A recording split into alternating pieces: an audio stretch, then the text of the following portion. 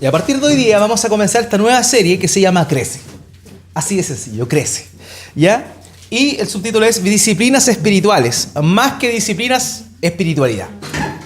Y es sumamente relevante que nosotros como cristianos podamos entender esto. Ahora, cuando yo digo disciplinas espirituales, ¿qué se le viene a la mente?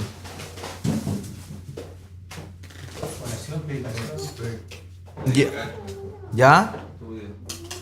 Muy bien. Muy bien. Las disciplinas espirituales son aquellos medios por los cuales Dios nos permite a nosotros ir creciendo en el conocimiento de Él y en nuestra relación con Él. ¿Ya?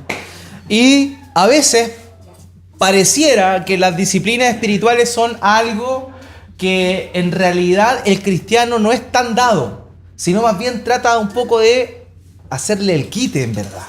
¿Y es por qué? Porque precisamente de alguna manera el subtítulo lo dice, disciplinas espirituales.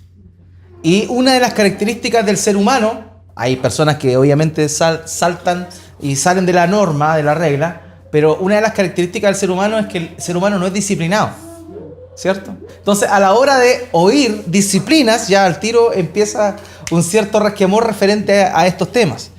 Por eso, más que disciplina espiritual, más que disciplinas es espiritualidad. Y eso es necesario e importante poner de cimiento, de base, hermano. Cada una de las cosas que vamos a estar viendo son el fruto de una relación con el Señor. Y más allá de que sea algo tedioso, que lamentablemente muchas veces para nosotros es tedioso, es algo que tiene que potenciarnos a nosotros y desearlo, puesto que nos va a llevar a un crecimiento. Nos va a llevar a crecer en el conocimiento de Dios y también a crecer, evidentemente, eso conlleva el crecimiento, el conocimiento de Dios conlleva también un crecimiento espiritual, una madurez. Entonces, por eso, hermanos míos, es tan necesario ver todas estas cosas desde la perspectiva de que más que disciplinas, más que cosas que nos van a producir un desgaste, algo que requiere rigor, ¿cierto? Es algo que debiese producirnos a nosotros un deleite. Las disciplinas espirituales Dios nos las dio para deleitarnos en ellas, ¿ya? Y no para sufrir con ellas. Entonces, por eso es relevante que entendamos esto en primera instancia. Las disciplinas espirituales son un medio que Dios nos da para poder crecer, acercarnos más a Él, ¿ya? Y no para hacerles el quite, sino más bien para profundizar y inmiscuirnos cada día más en ellas. Entonces, el día de hoy vamos a estar viendo a lo largo de esta semana, ¿cierto?, en lo posible una cada semana. Por lo mismo es también que vamos a estarlos tocando de una manera no profunda, sino superficial, más que nada como una introducción, porque la idea es que esto nos dé ánimo para introducirnos a esto. Una de las cosas que normalmente ocurre en los estudios bíblicos es que uno de pronto trata de intelectualizar todo, y eso está bien. El punto es que también es sumamente necesario que nosotros practiquemos lo que estamos aprendiendo. Entonces, el aprendizaje, sobre todo en las cosas espirituales, cuando es llevado a la práctica, es cuando verdaderamente producen fruto. Lo hemos hablado y el domingo incluso hacía mención a ello. De pronto uno habla de la soberanía de Dios, ¿cierto? Uno habla de la soberanía de Dios y alguien puede definir, incluso de alguno de acá, qué es la soberanía de Dios, pero distinto es experimentar la soberanía de Dios. Y experimentarla ¿cómo? Cuando estás en la prueba, cuando la estás pasando mal. Ahí es cuando verdaderamente la soberanía de Dios tiene sentido. Pero cuando no, es simplemente algo que leíste en un libro o algo que escuchaste de la boca de alguien. Pero cuando tú vives la soberanía de Dios, tiene otro valor, tiene otro peso. De la misma manera, por eso es que la introducción que vamos a estar haciendo a las disciplinas espirituales o la espiritualidad son pequeñas pinceladas para que cada uno de nosotros nos sintamos animados a profundizar en ellas, pero no tanto en lo intelectual, que evidentemente también es necesario, sino en lo práctico. Esto es súper práctico lo que vamos a estar viendo a partir del día de hoy. Entonces, vamos a comenzar esta noche con algo que de alguna manera ya habíamos visto en estudios anteriores, sobre todo en el estudio que se titulaba En esto creemos, donde hablamos de la adoración. Pero en realidad esta vez lo vamos a ver desde otra perspectiva, desde otro enfoque. Porque realmente el tema de la adoración es fundamental. Es fundamental porque podríamos resumir que el propósito por el cual nosotros, el ser humano, fue creado es para la adoración. O sea, si tú, que estás sentado aquí esta noche, fuiste creado con un propósito, ese propósito es la adoración. Y esa adoración, tiene un subconjunto casi infinito de otras cosas de propósitos más pequeños, pero en realidad el propósito de la vida del ser humano es la adoración. De hecho, John Piper, un predicador bautista, dice lo siguiente referente al evangelismo, y a mí me llamó profundamente la atención cuando lo leí de él. Él dice que el evangelismo no es el fin último de la iglesia, sino más bien que el evangelismo cumple el propósito de llevar el evangelio para que el mundo adore a Dios. El evangelismo existe porque el mundo no adora a Dios. Su pueblo adora a Dios, pero el mundo no lo adora. Por eso es necesario predicar el evangelio para que aquellos que están en el mundo oigan el mensaje de Cristo, se conviertan y adoren. Por eso es relevante la adoración. Y hay que verla desde la perspectiva bíblica y entenderla, porque también, de alguna manera, este concepto es sumamente manoseado. De hecho, incluso he oído de manera personal en algunos cultos cristianos, de alguna iglesia, decir lo siguiente: terminó el tiempo de alabanza y la persona que está dirigiendo dice, bueno, a partir de ahora hemos concluido este tiempo de adoración y ahora viene la predicación de la palabra. Y cuando oí eso, en realidad me produjo una cierta confrontación, porque la palabra es parte de la adoración. La adoración no es solo cantar. A veces las personas tienen esta concepción, e incluso recuerdo habérselos comentado en años anteriores, cuando se dio todo este movimiento en los 90, aquellos que son más viejitos en el evangelio quizás lo oyeron, pero en los 90, cuando salió todo este movimiento de alabanza y adoración, la definición que había sobre alabanza era música más rápido o más alegre, y la concepción que había de adoración era la música que era más quietita, más pausada. Y eso era la definición tanto de alabanza como adoración. Entonces, eso verdaderamente nosotros, la gente lo concebía así, muchas iglesias lo concebían así. Pero si nosotros nos dirigimos a la Escritura, nos vamos a dar cuenta que en realidad eso no es lo que la Escritura nos muestra sobre lo que verdaderamente es la alabanza y lo que es la adoración. Curiosamente, en la Escritura no hay una definición de adoración. De hecho, la palabra aparece siempre los derivados, pero nunca como adoración como tal. Entonces, es bien interesante porque, siendo que es la labor principal del ser humano, nosotros fuimos creados precisamente para adorar, pero pese a eso, es algo que necesitamos conocerlo dentro de todo lo que la Escritura nos muestra para poder realmente adorar. Puesto que ese es el propósito con el cual fuimos creados, la adoración. Entonces vamos a ver las siguientes cosillas, ¿cierto? ¿Qué hay de la adoración? Lo primer punto que vamos a ver es qué hace posible la adoración. Segundo punto es comprendiendo la adoración. Tercer punto, cómo podemos adorar a Dios mediante las disciplinas espirituales. Y finalmente las conclusiones del caso. Entonces comencemos y hagámonos esta pregunta. ¿Adorar es algo que hacemos cuando vamos a la iglesia el domingo? ¿O es más que eso? Según lo que acabo de decir, obviamente es más que eso. De hecho, ahí dice, la adoración es el propósito por excelencia de la vida. ¿Ya? Fuimos nosotros creados para la alabanza de la gloria de su gracia, según lo que Pablo le dice a los Efesios en el capítulo 2. Entonces, hermanos, tenemos que entender plenamente eso. La adoración no es algo que hacemos solamente el domingo. No es algo que hacemos cuando estamos aquí, tenemos quizá una actitud solemne, estamos, no sé, quizá meditando. No, eso no es solamente adoración. La adoración es algo que tiene que ver o tiene que ser no tan solo un día de la semana, sino en realidad todos los días de nuestra semana. Nuestra vida debe ser una vida de adoración. Y vamos a ir ahondando sobre esto.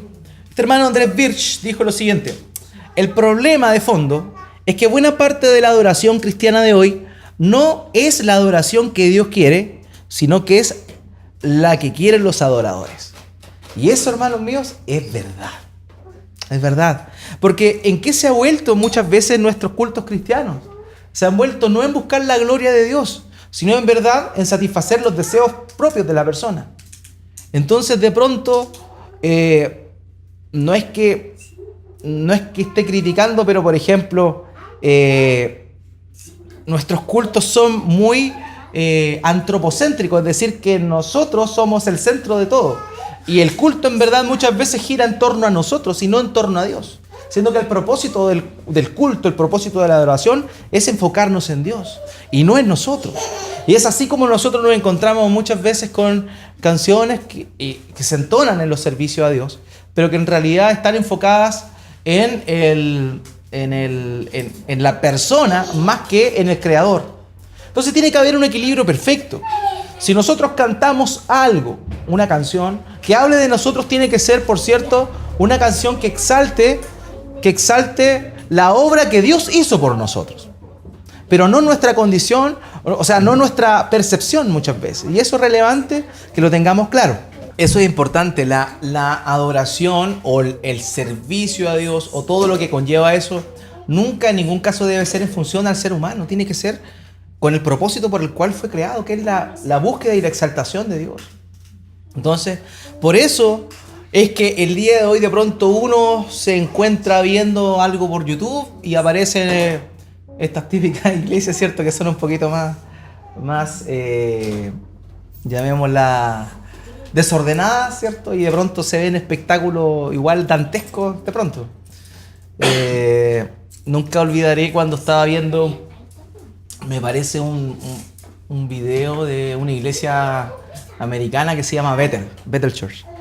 Y de pronto estaban en el servicio a Dios del día domingo, y en la esquina había un joven tirando pintura a un telón así. Y daba vueltas, giraba y decía y era un culto del día domingo. Y después, mientras estaba la música sonando, cae una cuerda donde hacen travesía, cuestiones así. Y una niña se sube y empieza a hacer sus cuestiones en medio del culto. Entonces, obviamente, para uno que tiene un trasfondo quizá distinto, eso es como demasiado loco, demasiado desordenado. Pero para ellos era como maravilloso, era como algo innovador, ¿cierto? Y que de alguna forma mostraba la expresión natural de la espiritualidad. Pero la pregunta que uno siempre tiene que hacerse, y nosotros cuando aquellos que somos pastores y que somos ancianos y tenemos la responsabilidad de dirigir una congregación, siempre uno debe hacerse la siguiente pregunta: ¿por qué hacemos lo que hacemos? Tiene que tener un objetivo lo que estamos haciendo.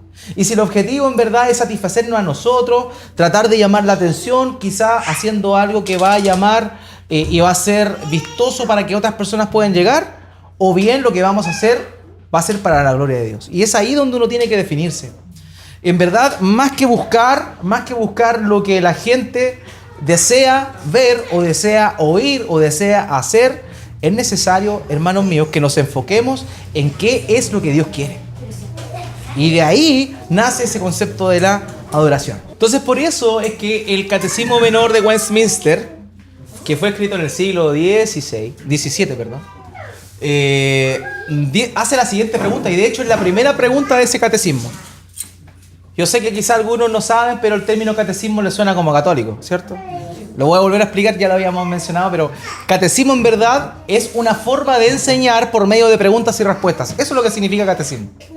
Es cierto que hay un catecismo católico, pero también un catecismo protestante, y el que estamos viendo ahora es el catecismo protestante precisamente. Eso es lo que significa, eso es lo que es un catecismo, ¿ya? Instrucción por medio de preguntas y respuestas, ¿ya? Está el catecismo católico, que es el que le enseñan en catequesis a aquellos que van a hacer la primera comunión y esas cosas, pero existen también catecismos que son protestantes, cristianos, evangélicos, reformados, etc. Uno de ellos es el Catecismo Menor de Westminster, ¿ya? Y la primera pregunta de este catecismo es la siguiente: ¿cuál es el fin principal del hombre? Y la respuesta, que la característica de estos catecismos que tienen preguntas y respuestas, es la siguiente: glorificar a Dios y disfrutarlo por siempre. Que eso es básicamente el concepto de la adoración. ¿Ya? Muy bien. Ahora vamos a ver que un hermano puritano llamado Thomas Watson definió la adoración en 4 puntos, por así decirlo, generales, sobre la adoración a Dios.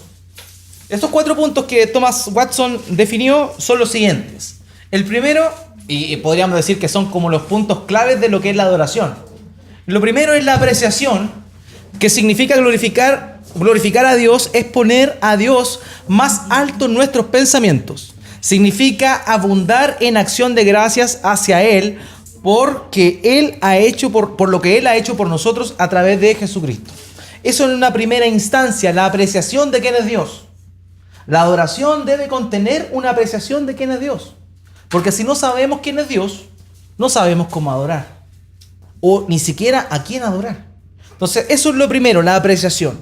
Lo segundo tiene que ver obviamente con el concepto de adoración, que tiene que ver con amar a Dios es atribuirle a Él todo honor y alabanza, es reconocer que solo Él es digno de toda nuestra reverencia y adoración. Una de las cosas que conlleva precisamente el contemplar y saber quién es Dios es obviamente tener y saber que no hay nadie como Él, por tanto Él es el único merecedor de nuestra reverencia, de nuestra búsqueda y de su exaltación. El ser humano, cada uno de aquellos que pisamos este planeta, no debiésemos atribuirle la gloria a nada más afuera de Dios. Sin embargo, no es así, porque sabemos lo que pasó en el Génesis, ¿cierto? En el jardín del Edén precisamente. El tercer punto que este hermano Thomas Watson definió sobre la adoración es el afecto. Entonces vimos, lo primero, resumido, lo primero tiene que ver con contemplar a Dios. Contemplar a Dios me va a llevar a tener una adoración correcta. Después viene el concepto de adoración, que es una vez que ya reconozco a Dios, sé que Él es el único digno de adoración y alabanza. Y en tercer lugar es el afecto. Y tiene que ver precisamente con el amor, que nace a la hora de contemplar quién es Dios, ¿cierto? Y a la hora también de reconocer que Él es el único objeto de alabanza. Eso va a producir en nosotros, ¿cierto?, una disposición a amarle. Y como dice su palabra en Deuteronomio, y el Señor Jesucristo lo repite posteriormente, con todo el corazón, con toda el alma, con toda la mente y con todas las fuerzas. ¿Ya? Y por último, el cuarto concepto que Thomas Watson dijo que era necesario para poder entender la definición de adoración es la sujeción. Yo sé quién es Dios, sé que como Él es único, solo a Él debo rendir la adoración. A la vez sé que tengo que amarle, pero también sé que tengo que sujetar. Y la sujeción tiene que ver con la obediencia. Con la obediencia. Yo adoro a Dios cuando sé quién es Él, cuando sé y le adoro solamente a Él, y también cuando le amo y por ende le obedezco. Porque una definición de amor, si usted quiere tener una definición de amor clara, concisa, sencilla, por favor, acompáñeme a 2 de Juan, versículo 6, porque solamente tiene un capítulo. 2 de Juan, capítulo 1, verso 6. ¿Quién lo puede leer? Y este es el amor, que andemos conforme a sus mandamientos. Este es el mandamiento, tal como lo habéis oído desde el principio, para que andéis en él. Entonces, ¿cuál es el amor? Obedecer los mandamientos. Así es sencillo. Usted quiere una definición de amor, obedezca los mandamientos. Usted dice que ama a Dios, obedezca sus mandamientos. Esa es la forma en la cual nosotros verdaderamente demostramos que existe verdaderamente en nuestro corazón un amor por Dios. ¿Ok? Entonces, por eso, hermano mío, es necesario y son buenos estos 4 puntitos que Thomas Watson define sobre la adoración. Otro hermano, A.W. Tozer, dijo: el hecho es que Dios nos hizo para adorarlo. Y si no hubiéramos caído con Adán y Eva, la adoración sería la actitud más natural de todos nosotros. Estamos hablando de la adoración a Dios. La adoración a Dios sería algo sumamente natural si Adán y Eva no hubiesen caído. Pero como Adán y Eva cayeron, nosotros ya no adoramos a Dios. Adoramos a un montón de otras cosas menos a Dios. ¿Ya? Y de hecho, el primer objeto de la adoración del hombre caído es su misma persona. ¿Recuerdan qué fue lo que vio Eva al ver el fruto del árbol del conocimiento del bien y del mal? vio que era codiciable, deseable para adquirir sabiduría. Ella. O sea, ella pensó en sí y no pensó en la ordenanza que Dios le había dado. Por eso, desde el momento que Adán peca junto con Eva, desde ese momento, el ser humano, todos aquellos que nacieron de ahí, ¿cierto?, nacen con el mismo deseo de adorar. El punto es que el objeto de esa adoración no es Dios. El objeto de la adoración es uno mismo. Y también otras cosas que conllevan finalmente o satisfacen más bien a uno mismo. Entonces, eso, hermanos míos, es necesario notarlo y fue lo que nuestro hermano A.W. Tozer dijo. Ahora, otra pregunta importante, ya vimos que eran los 4 principios que decía Thomas Watson sobre la adoración, pero esta pregunta también es importante realizándola, ¿cierto? ¿Por qué debemos adorar a Dios?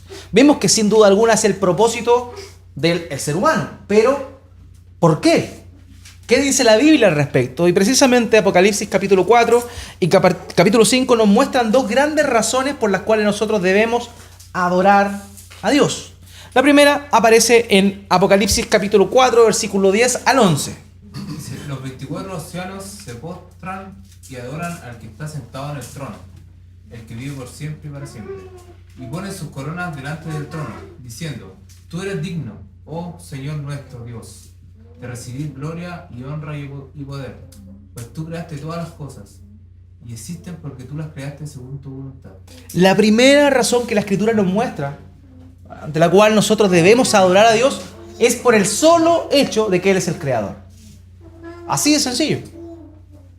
Incluso el libro de los Salmos nos muestra en muchas oportunidades cómo la misma creación adora y alaba a Dios. La creación adora y alaba a Dios por el solo hecho de que fue creada por Él. De la misma manera, la única razón que nosotros ya debiésemos tener, el ser humano, la humanidad, para adorar a Dios, es precisamente esa. Porque Él es el Creador. Tan sencillo como eso. Pero ¿qué pasa con el ser humano corrompido? ¿Qué pasa con el ser humano muerto en sus delitos y pecados que está alejado de Dios? Niega a Dios. Niega a su Creador y por tanto no lo adora. El Salmo 14 dice el necio en su corazón, no hay Dios. Eso dice el necio en su corazón. La necedad más grande es precisamente esa, partir de aquello que es evidente, el reconocimiento de un Creador. Todas las cosas tienen su sello, todas las cosas tienen esa firma marcada a fuego. Sin embargo, hay gente que niega tan solo la existencia de un Creador. ¿Por qué? Porque sabe que si hay un Creador, tiene que rendirle cuentas a ese Creador. Entonces lo más fácil, lo más sencillo, es hacer caso omiso y pensar, y lo que es más terrible, hermanos, autoengañarse, al punto de decir y autoconvencerse de que no hay Dios. Se autoconvence de que no hay Dios. ¿Para qué? Para no tener que darle cuenta a Dios. El problema es que aunque niegue, aunque rehúse creer que hay un Dios, lo hay y va a tener que dar cuentas igual. Entonces, eso es el gran problema. Ahora bien, por el solo hecho de que Dios es el Creador, tú eres digno, oh Señor nuestro Dios, de recibir gloria y honor y poder, pues tú creaste todas las cosas. Tan solo el hecho de ser Creador es una razón potente, poderosa y única incluso para que la creación la adore y la alabe. La segunda razón aparece en capítulo 5, versículos 8 y 9. Y cuando hubo tomado el libro, los 4 seres vivientes y los 24 ancianos se postraron delante del Cordero. Todos tenían arpas y copas de oro llenas de incienso, que son las oraciones de los santos. Y cantaban un cántico diciendo: digno eres de tomar el libro y de abrir sus sellos, porque tú fuiste inmolado y con tu sangre nos has redimido para Dios, de todo linaje y lengua y pueblo y nación. Amén. La otra razón por la cual debemos adorar a Dios, y en particular aquí está hablando del Cordero del Señor Jesucristo, es porque Él es el Redentor. Entonces, tan solo porque es el Creador y porque es el Redentor, Él es el objeto de nuestra adoración. ¿Ya? Esa es la razón. ¿Por qué adoramos a Dios? Porque Él es el Creador y porque Él es nuestro Redentor. La gente que no conoce a Cristo debiese adorarle porque Él es su creador. Pero cuánto más nosotros que reconocemos a Dios no tan solo como nuestro creador, sino también como nuestro redentor. Digno eres de abrir los sellos. ¿Por qué? Porque tú fuiste inmolado y con tu sangre nos has redimido para Dios, de todo linaje y lengua y pueblo y nación. Ahora bien, dentro de una manera bien general, porque hay la expresión adoración tanto en el Antiguo Testamento como en el Nuevo Testamento se traduce como adoración, pero hay palabras distintas que se emplean, que son distintas, llamémoslas fonéticamente incluso, se escriben distintos, son palabras distintas, pero que significan adoración. Pero básicamente cada una de esas palabras que están tanto en el hebreo como en el griego tienen la idea de tres cosas precisamente. Los conceptos centrales de la adoración son el homenaje, el servicio y la reverencia. ¿Ya? Eso es lo que implica la adoración. Homenajear a Dios, servirle y reverenciarle. Éxodo capítulo 34, versículo 8 nos muestra cómo es que Moisés adoró a Dios. Éxodo 34, 8. Hasta el instante Moisés se postró hasta el suelo y adoró. Fíjense, dice, se postró hasta el suelo. De hecho, una de las palabras que se traduce como adoración y que ahí dice, se postró hasta el suelo, literalmente significa doblar la cintura hacia abajo. O sea, reverenciar, homenajear.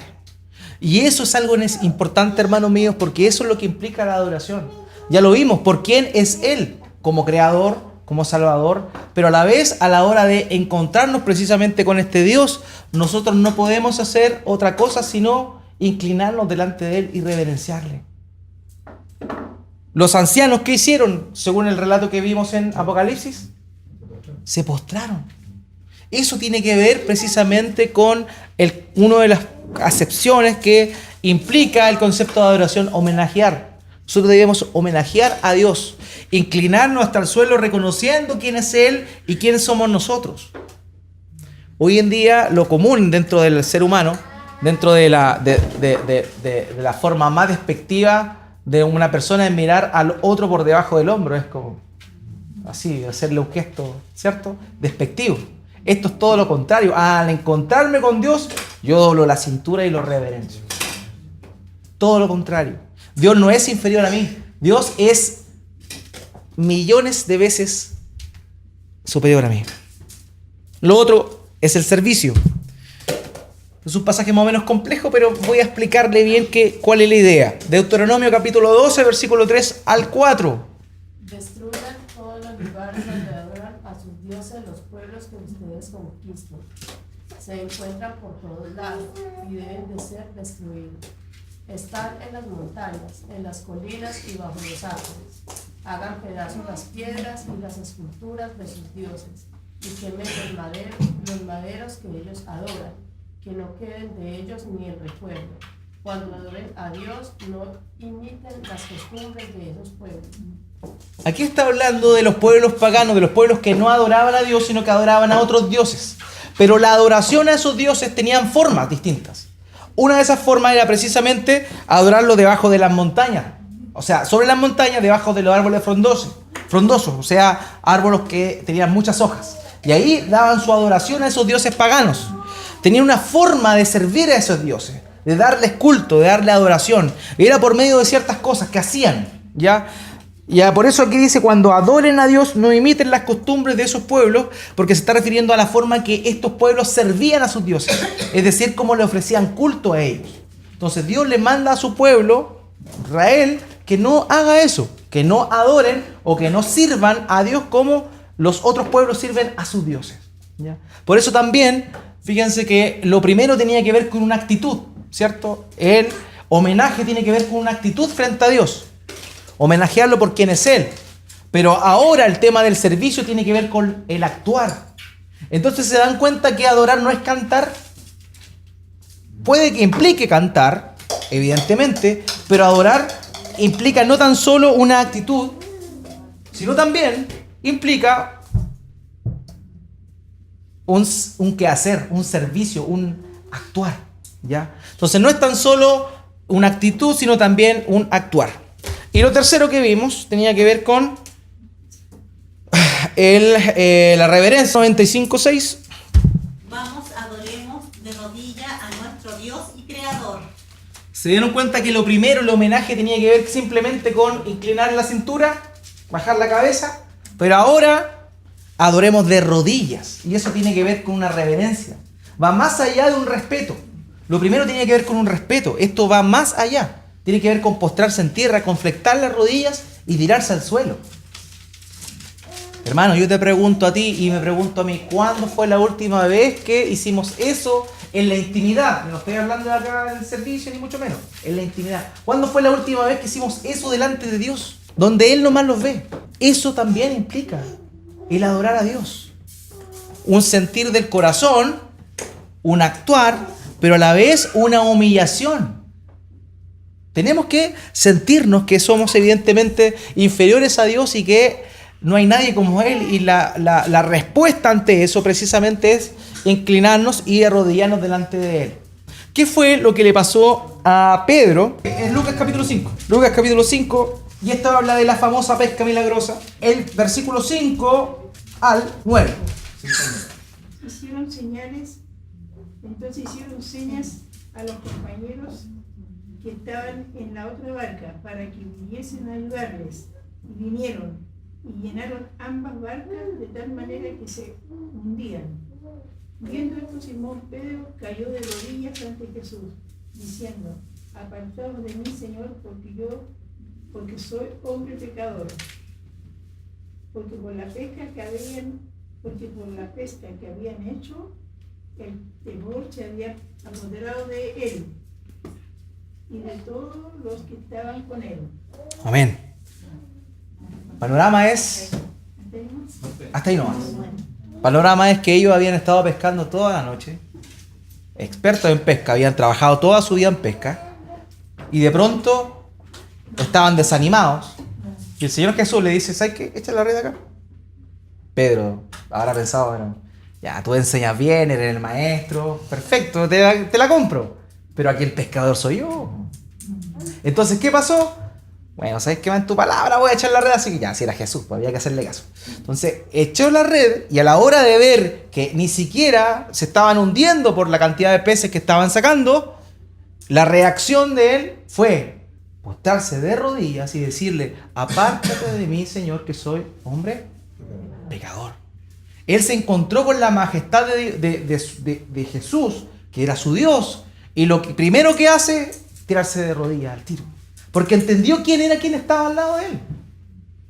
Él era un experto pescador, pero el que le mandó a que tirara la red era quien había creado a esos pescados, y quien en su soberana voluntad podía mandar a los peces a venir a ese lado. Eso es lo que produce la adoración. Eso es lo que produce encontrarse con la majestad de Dios. Tirarse al suelo de rodillas, hermano. Tiene que ver con esa reverencia que tiene que estar en nosotros siempre. Por eso, el adorar va más allá de algo que hacemos un día a la semana. Es una vida. Nuestra vida debe ser una vida de servicio, una vida de reverencia y una vida de homenaje a nuestro Dios por quien es Él. Porque es nuestro Creador y a la vez nuestro Redentor. Entonces, ¿cómo no agradecerle y reconocer eso y realizar cada una de estas cosas? Ahora bien, conceptos de la adoración, tanto en el Antiguo como en el Nuevo Testamento, básicamente tenían que ver en el Antiguo Testamento con el servicio que el pueblo israelita, por ejemplo, en el desierto, le dio a Dios por medio del tabernáculo. Dice aquí lo siguiente: en el Antiguo Testamento la adoración se centra en el santuario designado por Dios. La adoración solo es agradable a Dios cuando está acompañada por la sincera obediencia a Dios desde el corazón. Recordemos que Él le dice en Isaías que ya estaba chato de sus holocaustos, estaba chato de sus sacrificios. ¿Por qué? Porque con su corazón no buscaban a Dios, no querían obedecerle. Entonces, pese a que Él había ordenado que los sacrificios eran el medio por el cual se le adoraba, ese sacrificio tenía que ser acompañado por una actitud del corazón, una obediencia. Entonces, por eso también recuerden cuando es que Saúl se apura, ¿cierto? Y hace un sacrificio que tenía que haber esperado Samuel. Y Saúl se excusa y dice, bueno, tú no llegaste y había que sacrificar, así que... Entonces el mismo Samuel le dice, Dios no se complace de los sacrificios, sino de un corazón obediente. Entonces por eso es que no tan solo la adoración en el Antiguo Testamento estaba situada en la obra o en el culto, en el santuario, en el tabernáculo, sino también estaba ligada a la obediencia y a un corazón, obviamente, que estaba conforme a la voluntad de Dios. Y en el Nuevo Testamento es Jesús, nuestro gran sumo sacerdote. Él cumple los tipos y las sombras del Antiguo Testamento y reemplaza la manera en que nos acercamos a Dios. La encarnación del Señor, la muerte, la resurrección y la ascensión nos permite involucrarnos con Dios. Hermanos, si el día de hoy nosotros podemos adorar a Dios, es por medio de Jesucristo. Sin la obra de Jesucristo, ninguno de nosotros podía adorar a Dios, porque ninguna adoración sería recibida por Dios. Es solamente la adoración que Él recibe, es aquella que es mediada por Jesucristo.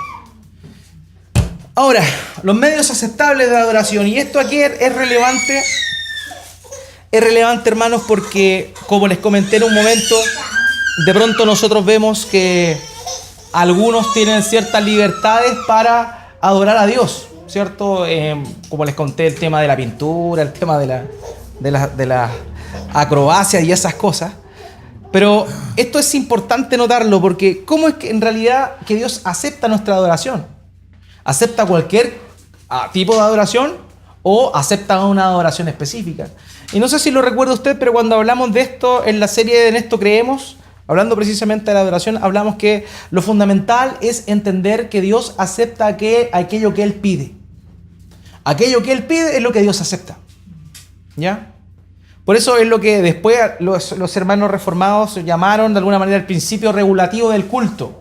¿Qué significa eso? Que ellos solamente en sus liturgias, en sus cultos, lo único que hacían era lo que Dios había mandado y nada más.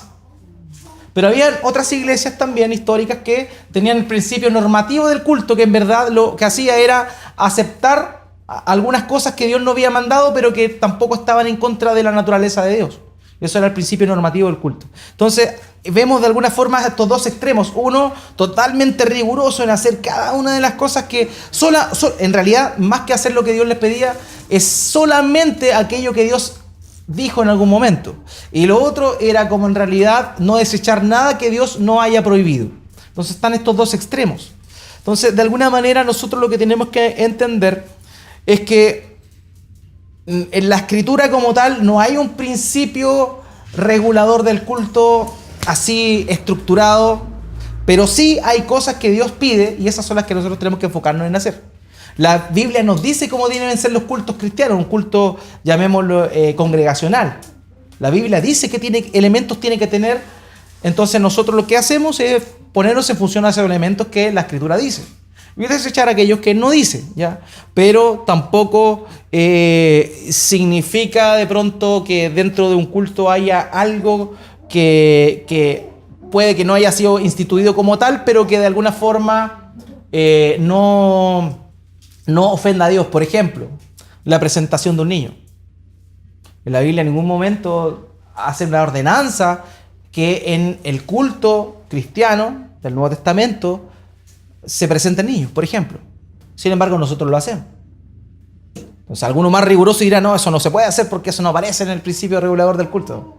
Pero por otra parte, la Escritura tampoco lo prohíbe. Entonces, por lo mismo, hay que en ese aspecto no ser cuadrado, pero sí ser sumamente cuidadoso, que en aquellas cosas que nosotros hagamos sean ordenadas por Dios. ¿Ya? Eso es relevante. Y si es algo que nosotros hacemos y que no está contra la naturaleza de Dios, pero muchas veces quizás es mejor abstenerse de esas cosas. Entonces, guarden la cuerda, guarden el cuadro, eso, ¿ya? Lo importante que vamos a ver aquí en este pasaje es un ejemplo vívido de que la forma en la cual nosotros debemos adorar a Dios, la más segura, la más confiable y la que a Dios le agrada, es aquella que Él ha estipulado. Así que, entre menos improvisemos a la hora de la adoración, mejor. ¿Ya? Porque por improvisar A estos jóvenes les fue mal. ¿Quién lee Levítico capítulo 10, versículo 1 al 3? Nadab y Abiú, que eran hijos de Aarón, tomaron sus hornillos y llevaron incienso en ellos, pero no lo hicieron como Dios lo había ordenado. Así que Dios envió fuego contra ellos y les quitó la vida. Entonces Moisés le dijo a Aarón: esto es lo que Dios tenía en mente cuando dijo: quiero que mis sacerdotes me obedezcan y que todo el pueblo me alabe. Y Aarón se quedó callado. Dios había establecido la forma en la cual tenía que ser el incienso que se quemaba en su casa. Su casa era el lugar donde, el tabernáculo, era el lugar donde se servía a Dios, donde se adoraba a Dios. Ellos inventaron su propia mezcla de incienso y la respuesta de Dios fue quemarlo. Fuego salió y los quemó vivos. ¿Por qué? Por improvisar. Entonces, ¿qué nos muestra la palabra de Dios? Nos muestra que la adoración a Dios tiene que ser algo de verdad, con mucho respeto, con mucho cuidado, porque estamos reconociendo quién es Dios. Entonces, lo que debemos hacer es aquello que Él ha establecido, porque si hacemos algo que Él no ha establecido, obviamente no le agrada, y en este caso a estas personas no les fue muy bien, ¿ya? Por eso, la forma de poder verdaderamente seguir esto, seguir y adorar como Dios lo quiere, es por medio de la palabra de Dios. Este hermano Ligon Duncan dijo lo siguiente sobre esto. Dice cuando, o sea, no sobre eso, sino más bien sobre la importancia de la adoración. Y en particular va a hablar aquí de la adoración congregacional o comunitaria, ¿ya? Dice, cuando nos reunimos para la adoración corporativa, el culto, el servicio, debemos leer la Biblia, oír la Biblia, orar la Biblia, cantar la Biblia y ver la Biblia. Ver la Biblia se refiere al bautismo y a la cena del Señor, que son cosas visuales sobre las cuales Dios ha mandado, ¿ya? O sea, ¿qué tiene que ver esto? Que cada cosa que hagamos cuando estamos juntos tiene que ser regida por la palabra de Dios. Porque ¿qué pasó con Nadab y Abiú? Hicieron un incienso que no estaba estipulado en la palabra de Dios, ¿ya? Por eso es necesario que todo lo que hagamos sea en función a la Escritura. Entonces, vimos que Dios se reveló la forma de adoración por medio de su palabra, ¿ya? Lo segundo, una de las cosas es por medio de la palabra de Dios. La forma en la cual nosotros vamos a adorar a Dios de una manera segura es por medio de su palabra. Lo segundo es que Dios nos da la forma de adorarle por medio de su Hijo. Sin su Hijo no hay adoración válida. El Hijo es el objeto de la adoración y el Hijo es el medio por el cual nosotros el día de hoy podemos adorar a Dios. ¿Quién es el reconciliador entre Dios y el hombre? Jesucristo, hombre. El único mediador entre Dios y el hombre. ¿Ya? Entonces, por eso que en la persona de Jesucristo nosotros encontramos el objeto y el medio por el cual nosotros vamos a adorar. Juan capítulo 1, versículo 18.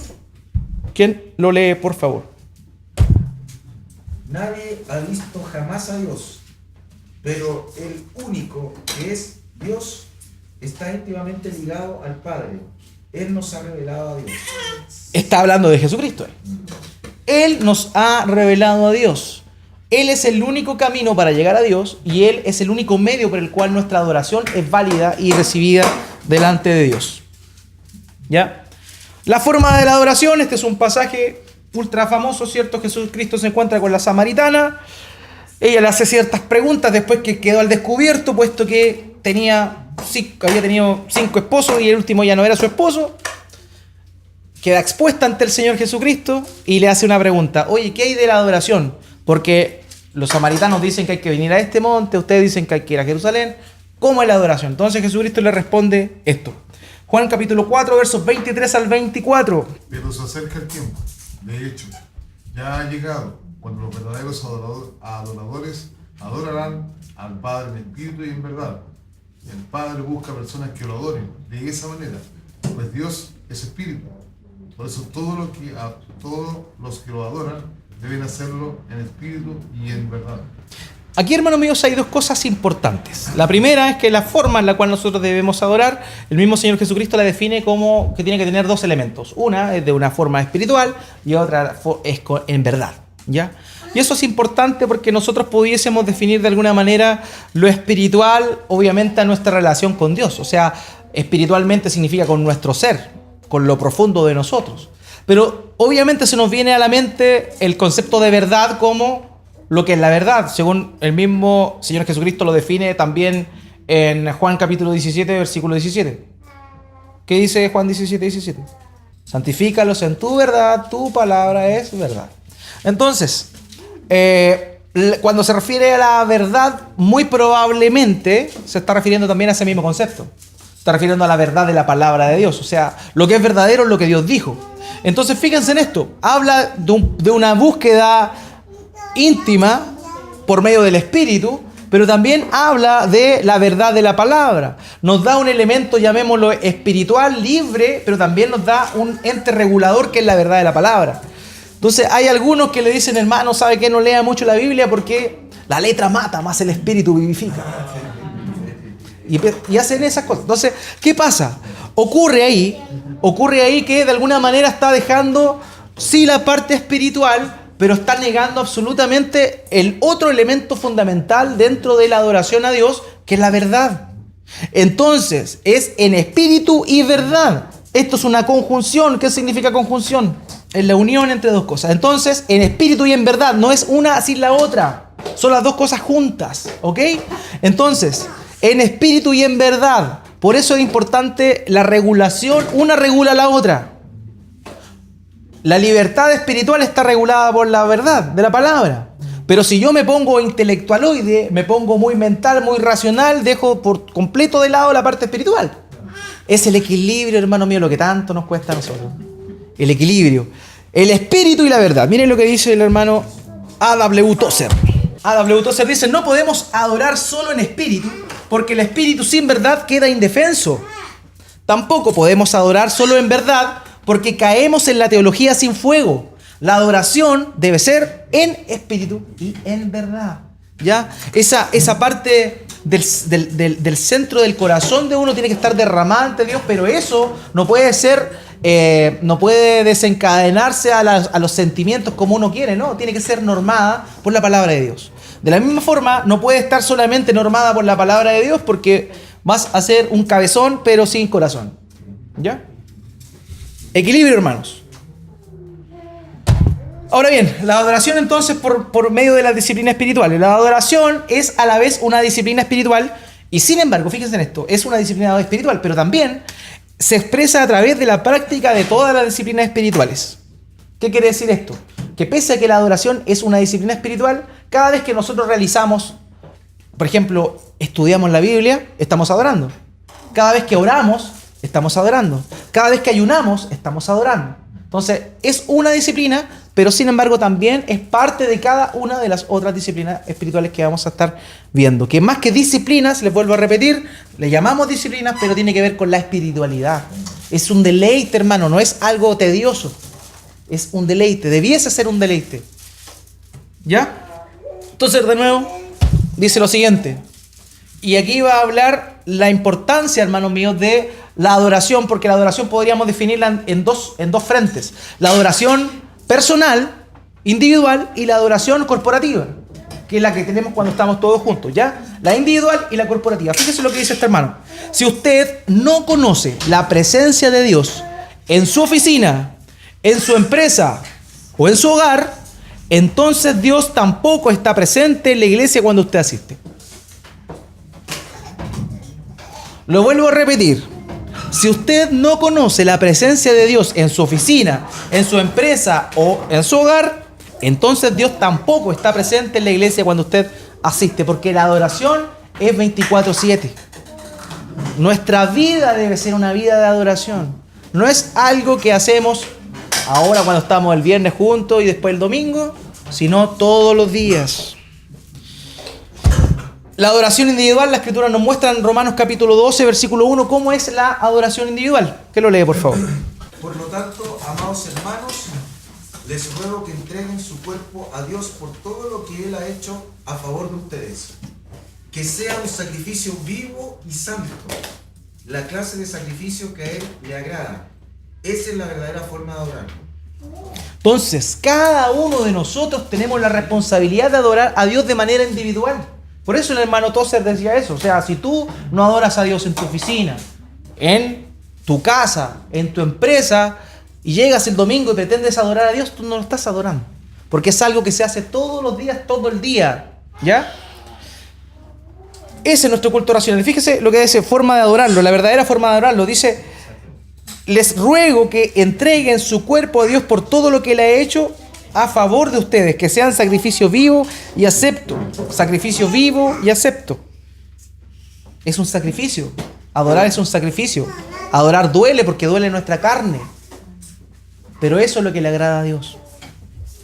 Esa es la adoración individual. Y ahora la adoración junto a otros creyentes. Efesios 5:19. La adoración corporativa. Aquí, por ejemplo, la Escritura nos muestra cómo debe ser la adoración o qué elementos tienen que tener también la adoración corporativa junto a otros creyentes. Efesios 5:19. Cantando salmos, himnos y canciones espirituales en sus sedes y haciendo música al Señor en el corazón. ¿Se dan cuenta? Estos elementos también son parte de la adoración a Dios. Tienen que estar presentes, pero obviamente funciona la palabra. Colosenses 3:16 dice lo mismo, pero con otras palabras. Si alguien lo puede buscar, por favor. Colosenses capítulo 3, verso 16. La palabra de Cristo more en abundancia en vosotros, enseñando y exhortando unos a otros en toda sabiduría, cantando con gracia en vuestros corazones al Señor, con salmos e himnos y cánticos de salud. ¿Se dan cuenta? Dice, en primer lugar, la palabra de Dios mora en abundancia en vosotros. Esa abundancia de la palabra de Dios es la que rige los salmos, los cánticos espirituales y todas esas cosas. ¿Ya? Por eso, volvemos al principio de Nadab y Abiú, que la mejor forma de adorar a Dios es por medio de lo que Él nos mandó. Hebreos capítulo 10, versículo 24 al 25. Pensemos en maneras de motivarnos unos a otros a realizar actos de amor y buenas acciones. Y no dejemos de congregarnos, como lo hacen algunos, sino animémonos unos a otros, sobre todo ahora que el día de su regreso se acerca. El propósito, hermano mío, de congregarse tiene que ver precisamente con la necesidad que tenemos los unos de los otros. Necesitamos animarnos los unos a los otros. ¿Cómo te voy a animar si no te veo? Por WhatsApp, ¿cierto? Pero aparte de WhatsApp, estando con la otra persona, oyendo su problema, apoyándolo en lo que la otra persona necesita. Por eso es necesario el congregarse, el estar juntos. Es una bendición tan grande, hermanos. ¿Saben qué? Si a usted no le gusta congregarse, está frito en la eternidad. Porque según lo que vimos la semana pasada y que aparece descrito en Apocalipsis, ahí hay una gran ciudad que está llena de gente. Nosotros el deseo, fíjense en esto, el deseo de nuestros corazones, o en lo que tiene que ver como en la casa ideal, siempre es este, salvo algunas excepciones, pero normalmente me gustaría tener una parcela en un lugar retirado, donde nadie me moleste, donde no haya ruido, ¿cierto? Ese es el corazón del hombre, queriendo apartarse de los demás para estar tranquilo. La eternidad es todo lo contrario, estábamos todos juntos.